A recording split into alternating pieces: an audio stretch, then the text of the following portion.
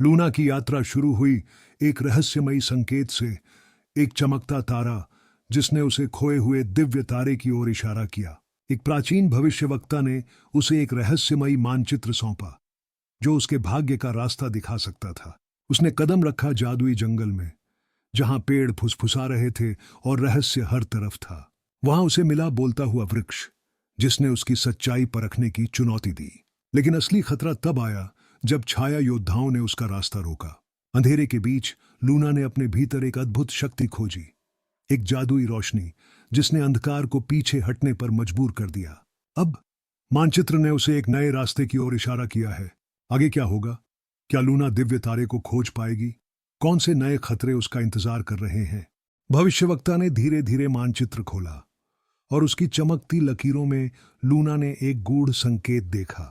यह नक्शा तुम्हें उस जगह ले जाएगा जहां दिव्य तारे की शक्ति छुपी है, उसने कहा। लेकिन नक्शे में एक चेतावनी भी थी, जो सच्चे दिल से खोजेगा वही मार्ग देख पाएगा।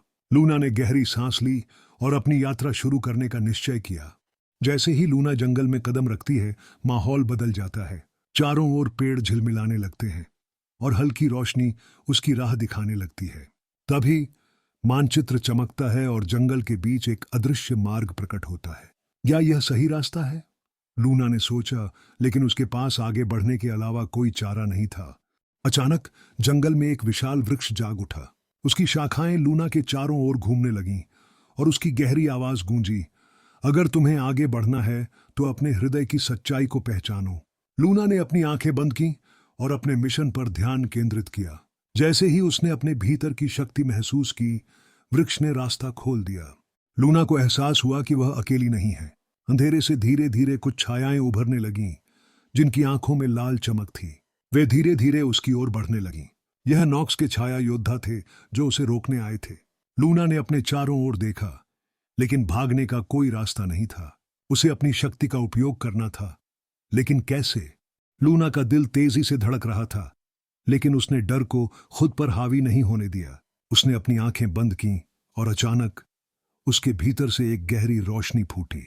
उसकी हथेलियों से हल्की नीली चमक निकलने लगी। जैसे ही उसने अपना हाथ उठाया, छाया योद्धा चीखते हुए पीछे हट गए। लूना समझ गई उसमें भी कोई जादुई शक्ति थी जिसे अब तक उसने नहीं पहचाना था। छायाएं गायब हो गईं। लूना ने महसूस किया यह सिर्फ शुरुआत थी।